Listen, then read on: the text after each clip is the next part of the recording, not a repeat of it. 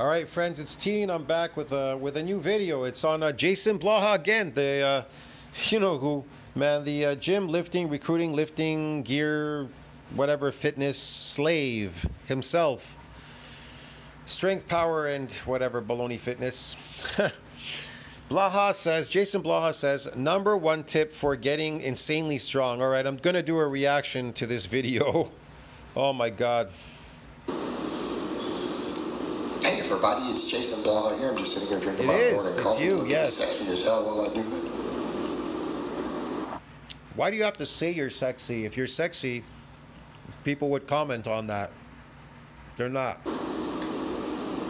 Alright, I'm going to give you guys my one simple tip for getting ridiculously, brutally, insanely strong. Okay? And keeping in mind, I am... Okay, I'd love to hear this. In my late 40s, and to put into context, you guys have seen me squat over 500 pounds a few times. Yeah. Depending on the bar, how deep I went, up to 605. Okay. You guys have seen me deadlift 635. You've seen me pause bench 365. You've seen me do like 315 for 8 reps. Okay? And a reasonably athletic, healthy body fat. In my late 40s. Coach a lot of high-level lifters. So honestly, my advice for my one tip for getting really strong, practice. Today, you don't mind the weight. Much of your training. And even these days, how do I personally train? I do a power building approach. I do a little bit of heavy. Power building approach. Okay. Yeah, all right. Work on the big 3. Sometimes some other lifts. I occasionally like to max almost on a weighted pull-up or, you know, an incline or whatever. Like we do some other stuff. But he's more into the concentric movement of the exercise, but man, science already has done tests on this, and they'll tell you that it's the eccentric that's more superior. Why is eccentric superior to concentric? Want to know why? Because the load, when they talk about load, you know, when you get these influx of these nuclei and everything, the load is on the eccentric movement. There, in other words, you can move a heavy load is pulling you down with gravity. With gravity plus the weight, there's weight and gravity pulling your body down in the opposite direction, in the eccentric position, which causes the muscles to tear. They cause a micro damage. They cause them. These micro damages later they repair and remodel stronger so that they're resilient from further assaults. That's the whole point. It's to protect you from any more damage. Like, for example, you wouldn't be able to compete in sports because if you were to do something, you got this damage. What is this damage associated with? Well, it's a bad thing. You don't want to get damaged all the time. You could get rhabdo, but you'll get something very bad. Here's the thing.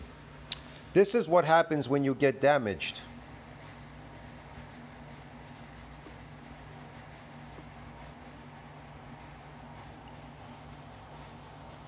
Just give me a second. Let me find it here.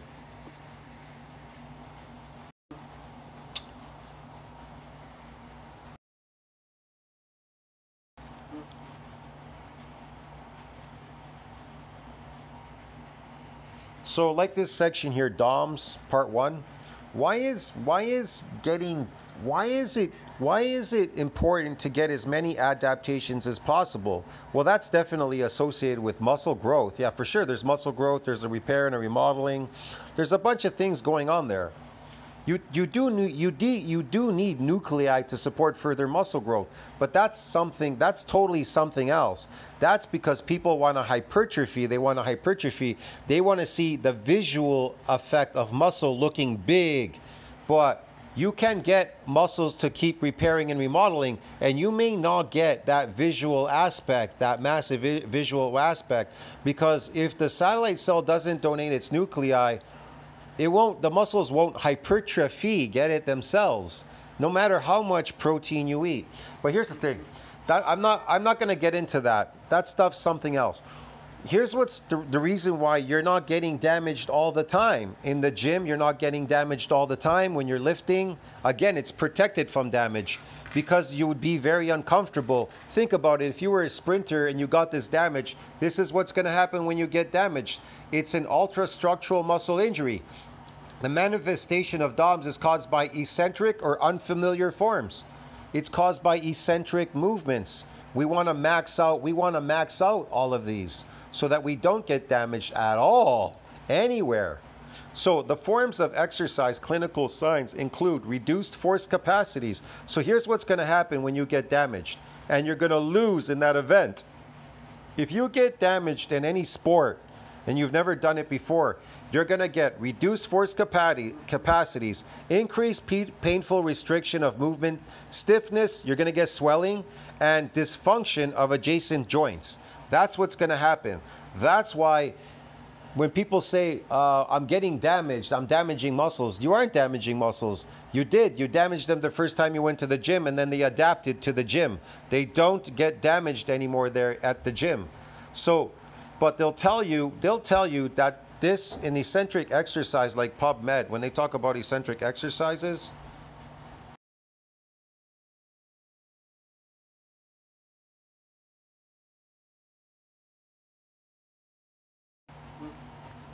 according to NCBI, eccentric training improved isometric strength significantly more than concentric training. Eccentric training improved concentric strength by 14% and increased eccentric strength significantly more than concentric training increased concentric strength. Right. So if you're a person and let's say you're a person and you're lifting weights, you're the average person, you're lifting, and you go, look, I could do these presses or bench presses really heavy. But you can increase that if you put more load on the look, you're able to take more load, right? You can take more of this load in the eccentric movement, which is going to cause the muscles to damage, and they're going to cause an adaptation. They're going to damage, and then it's going to be caused, it's going to make it cause an adaptation by repairing and remodeling bigger and stronger. You understand me? That's why they're telling you you can increase it by 14%. For example, if you're already adapted to that exercise and you can lift that heavy weight, if you can get that weight to do as many eccentric repetitions with that same weight, you'll increase that lift by 14%. Now, that lift now goes up by 14%. Now you increase more force production. You're able to lift heavier, but in the opposite direction, in the concentric direction. Okay, somehow you got more accumulation of these androgen receptors, more force production because you're bigger, stronger. The motor units have somewhere to proliferate in these new muscle fibers, and androgen receptors are attaching. So now you're going to get stronger. So now you need to go back with that much more heavier weight and do more eccentric loading, get it? And you'll increase it by another 14%. That's how you bust through these plateaus. It's a leap in weight. It isn't based on progressive overload. It's based on a leap in weight and an adaptation process. But if you don't understand that, and I can't explain it to you then if you don't understand, I'm sorry, man. I should copy this and keep it too, I don't know. But like I said, if you don't understand that, it's not my fault, okay? I try to explain it as much as possible to you, but a lot of people, they don't understand. So Blaha, he doesn't know anything. Let me go back to that video, sorry. Or whatever. Like, we do some other stuff, but by and large, most of my training is bodybuilder training. No, his training, he's adapted. It's not bodybuilding training. He's just exercising. He is an exercise channel. He is not a bodybuilding channel. And if you want to call it powerlifting, he can call it powerlifting, but that's not bodybuilding. He is an exercise channel because he is adapted. If you're adapted to anything, then that isn't bodybuilding. You're not building your body. You're exercising. Get it? If you're not building, if you're not damaging, you're not building. You're exercising. And if you're exercising, you can't claim bodybuilding. You can't claim you're a bodybuilder. I'm sorry. I train on a 5-day bodybuilding split. No, he doesn't. He's on a 5-day exercising split. He's lying. With just a tiny little bit of heavy work on my big three. Now, people say, well, I don't understand. How does this get you strong? Because strength comes from force production, okay? Yeah, I wouldn't disagree with that. It comes from listen, no, it doesn't. Your strength comes from your muscles. That strength is, listen, he's getting better at lifting. He's adapting to these weights. Your body is not adapting to the micro injuries anymore because they're not happening. They're not adapting to the muscle-induced muscle damage because there's no damage. It's adapting to you lifting heavier weights. How? By giving you these androgen receptors for maximum force production and proliferating these motor units. That's what's going on there. It comes from force production, and we develop, it's not where we get our potential from. We actualize our potential. Yeah, that would be considered chemical strength. That's chemical strength. That isn't based on physical strength. On strength by doing one. Why do you think they said increase in 14% in the eccentric movement? The only way you can increase 14% in the eccentric movement is through muscle damage and adaptation, which is what? Induced muscle, fucking exercise-induced muscle damage training. You have to induce this damage, and then you'll get an adaptation, and then it'll increase 14%. You understand me? You need more sarcomeres and numbers and parallel series, and you need more muscle fibers, then repair and remodeling, and you do need some nuclei too, for sure. They'll be donated there. No, I don't know how many, can't tell you, but they'll be there, definitely. Rep. That is how we measure strength in any sort of competitive environment. You know, people say, well, no, there's different types of, there's endurance. No, that's endurance. It's endurance strength. Strength is the production of force. In other words, if you produce 1,000 pounds of force or 1,000 kilos, that is more than if you produce 990. Even if you produce 990 37 times in a row, it was a lower amount of force production. Okay, same thing even for any other sport. Let me put this into context. I like how he tries to fake sophistication like he actually knows something, like he's smart. I actually know something. Man, you think he's never seen my videos about, you think he's never seen my videos? Come on, man. Yeah, look how many videos I have on JasonBlaha. Display of strength and power would be Mike Tyson punching somebody one time and knocking them out. Is that more likely to happen? Yeah, he probably took drugs. They took steroids in those days. It made him wildly crazy and super strong. These chemicals are very powerful, yes. Steroids are very powerful. I'm not saying that molecules do not make you strong. They definitely, in the physical world, they make apes strong. The apes have high testosterone, but they have a lot of muscle fibers. High muscle fibers, high testosterone. If you have more muscle fibers, will your testosterone go up? Yes, it'll increase. It'll increase. Why is everybody's testosterone? Why are people complaining today of low testosterone? Why are they all soy boys and turning into girls, transgender, whatever? Why is their testosterone so low? Because they're eating a fake diet. They're on drugs all day, get it? Yeah. They want you to have low testosterone. They want society to be weak and have low testosterone because it's working. The plan is working to control you. They can't control people with high testosterone, healthy people that are strong and high testosterone. They do everything to lower your testosterone. They want you to go to the gym and be a lifting slave, an exercise slave to lower your testosterone. And then they feed you this fake food to lower your testosterone. They do everything to lower your testosterone. They stress you. They put fear out there, the economy, money, this, everything's to stress you so you have low testosterone. That's why. They control you. They have you under control. If he does 1,000 pounds of force or 900, even if he can do 900 repeatedly, if he wanted to get that connect one time, obviously he's got to put it just in the right spot, the right angle. But that force, it is that force. It's that force that creates that. If he was producing less force, he wouldn't get the same effect. I'm just using that as an example, one of many. Yeah, but you're inducing it artificial. That listen, you're inducing that force production artificially by lifting man-made weight. That's what you're doing, dude. It's induced artificially by lifting man-made weight. Yeah. Same thing for a high jump. Those are displays of strength, right? Those are displays of strength. High jump, displays of strength. Yeah. Yeah. It's strength. Everything is, yeah, everything's based on strength, sure. If you're weak, you're not going to do anything, are you? If you feel weak or something, yeah. All those things. Because they're showing a high peak force production. Okay? Someone who has an extremely high vertical. When they jump as high as possible and you're like, oh my God, that was insane.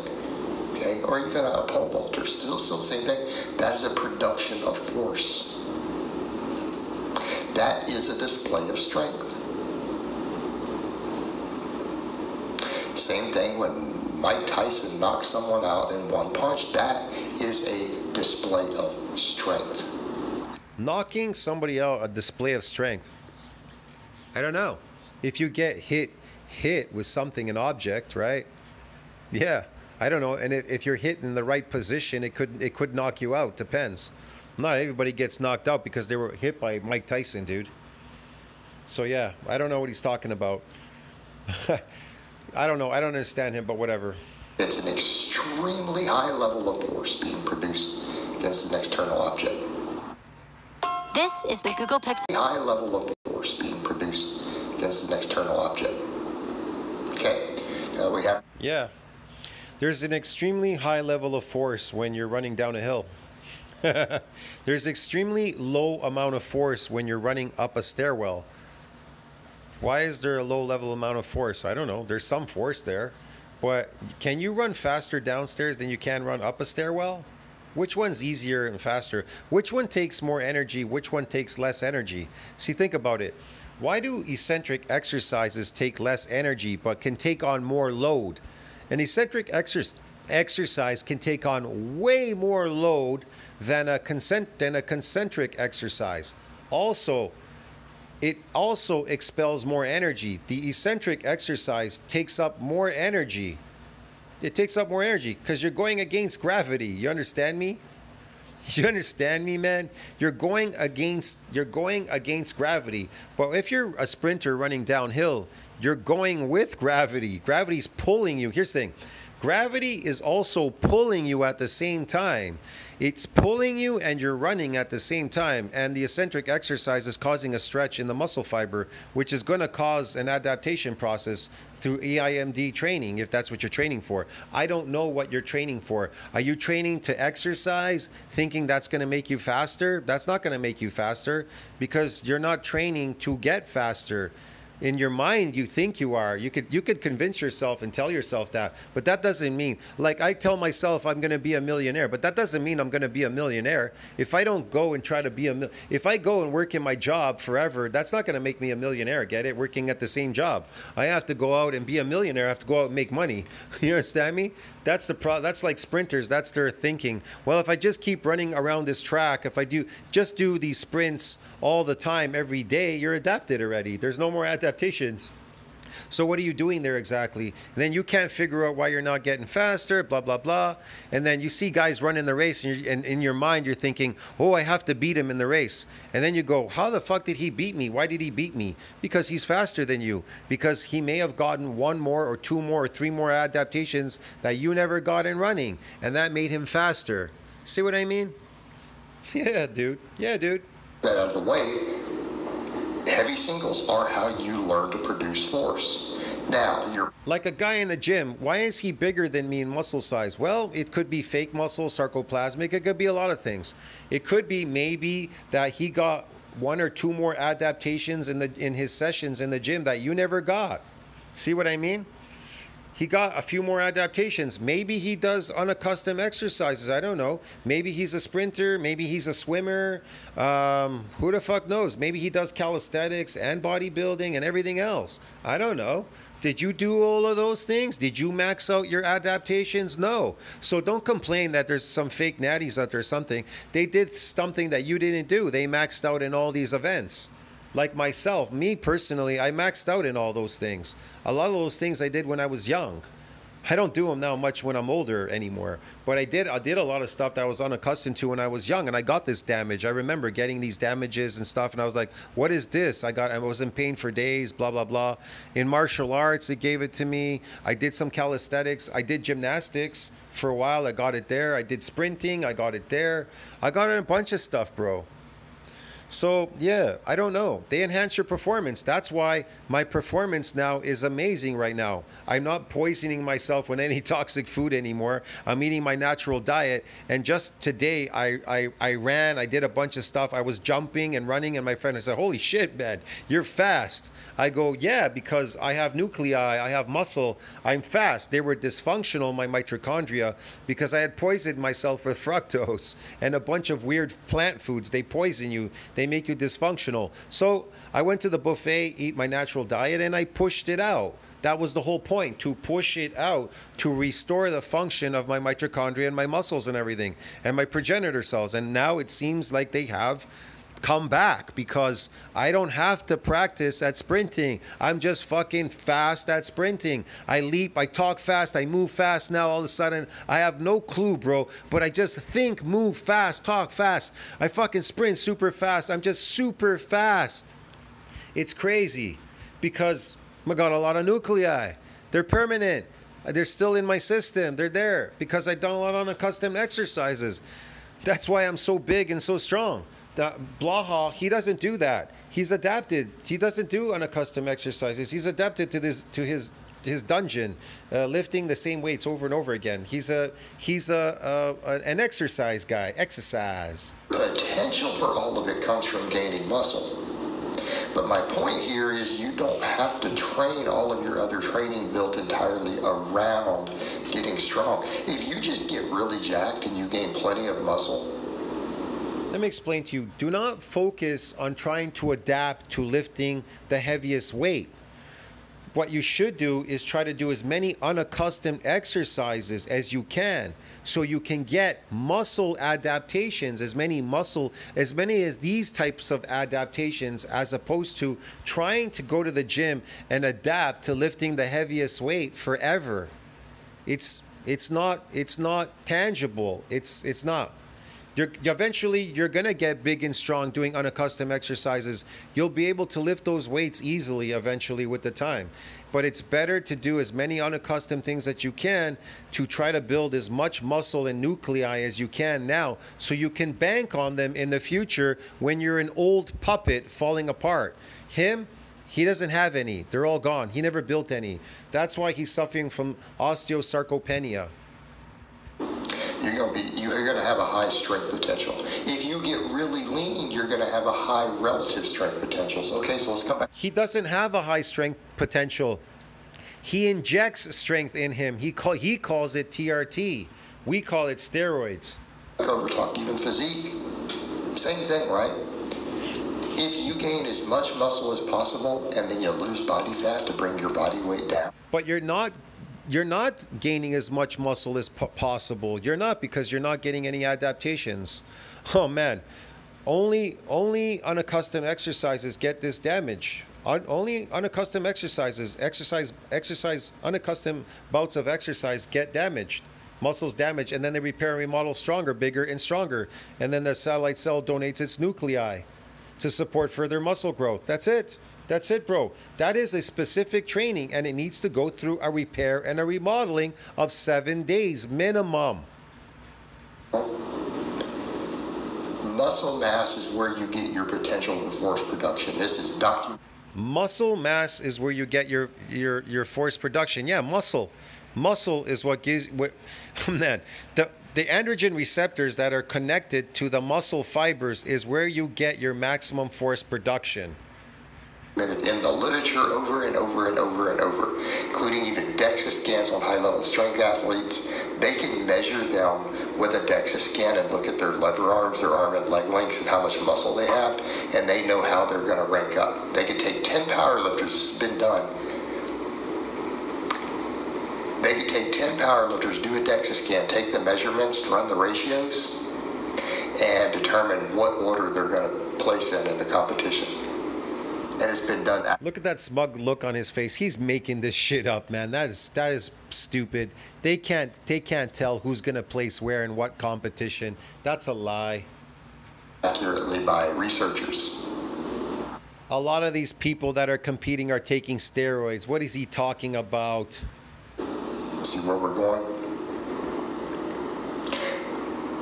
Your muscle tissue is what determines your force production. Now, no, it doesn't. Your muscle tissue doesn't.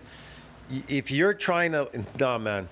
If you're already a lifter, it's the myocytic androgen receptor that dictates the force production. He's wrong, man. Look, I'll just bring this up really quick.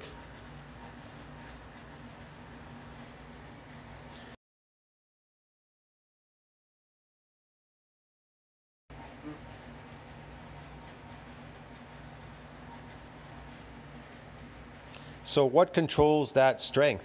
Myocytic androgen receptor controls that strength, but not the mass of the limb muscles. So what controls the mass? The satellite cell, the nuclei control the mass of the limb muscles. Now, what controls the force production? The myocytic androgen receptor controls what? What controls strength? Myocytic androgen receptor controls strength. Get it, dude? Tells you here. When they took away the AR, they lost force production. Decreases. It says that, and decreases muscle strength, thus demonstrating that myocytic androgen receptor key pathways required for maximum force production. Because when they took away the AR, when there was an AR, androgen receptor deficiency here, look at that, AR deficiency in limb myositis, it impairs myofibrillar organization of sarcomeres and decreases what? Muscle strength. So when you increase them, that increases what? Your force production. Like it says there, maximum, what is it? For what? They're required for maximum force production. Get it, dude? Yeah.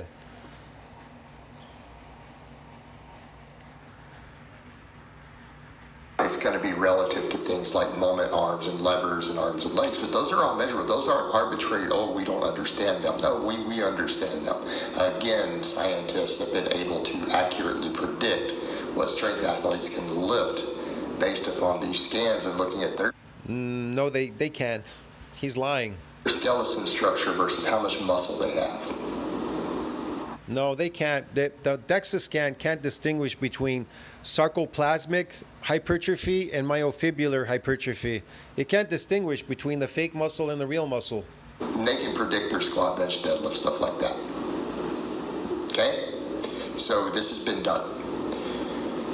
So as far as all the other stuff goes, just train to get jacked. Do whatever your other goals are. And the more muscle you gain, the higher your strength potential is going to be. Okay? The leaner you get, the better your relative strength potential is going to be. So you can train for all this other stuff. It's fine. Do heavy singles. And when I say heavy singles, I don't mean come in and grind out with bad form. I'm talking anything 90% or heavier. 92% with perfect form. Yeah, man, he's funny. He doesn't know anything about training. It's kind of weird. Done regularly on a few lifts like squat, bench, and deadlift will raise your strength dramatically. This will give you the potential you need. And yes, I'm telling you right now, even doing pull-ups on a pull-up bar, if you just do the eccentric portion of the exercise, that alone is gonna cause damage to your muscle fibers in your back, your lats, and everything. And that is going to increase the muscle size and increase your force production. If you keep pulling yourself up to the top, you may not be able to do enough of these movements. They'll exhaust you. That's the problem. That's why doing cable pulls, like let's say I grab a cable, I grab the cable, okay, from the bottom with one hand, but I pull the cable, the weight, I pull it up. I don't want to go all the way up. I want to go partially up and down, up and down. I want to do as many up and down motions, but without doing too much of the concentric movement. I want a lot of the down motion. I pull up a little bit, but I want the weight to pull my arm down. I want it to pull. But here's the thing. When it's pulling you, you don't allow it to just pull your arm down. Like, it just forces it down. There's a stopping motion. Want to know why there's a stopping motion? Because if that weight was to jerk and pull your arm, it would rip the bicep right off your arm. Get it, dude? So there's a stopping motion there. You couldn't possibly. That's why. Here's the thing. When people are bench pressing, what happens? All of a sudden, they lose force capacity, and the bench falls on their chest. You see what I mean? There is a stopping motion going down. Why don't you let the bench press the weight drop on your chest like an idiot? Because 400 or 500 pounds landing on your chest would kill you. It would crack your chest and you would die. You understand me? So why don't you let it just drop? Why don't you let the weight drop? If truly the eccentric exercise is so important, and our concentric exercise is the best and everything, and eccentric is no good, then just let the weight drop on you. That's it. Even when you're doing these stand-up presses, shoulder presses, let the weight drop. Let it just drop, fall down, and see what happens. It'll rip the muscles right off your shoulders. It'll rip the fucking muscles. Your arms will be, you'll be an invalid. That's what's gonna happen. That's why stupid people, they get these injuries in the gym doing that. The weight just drops and boom, snap city.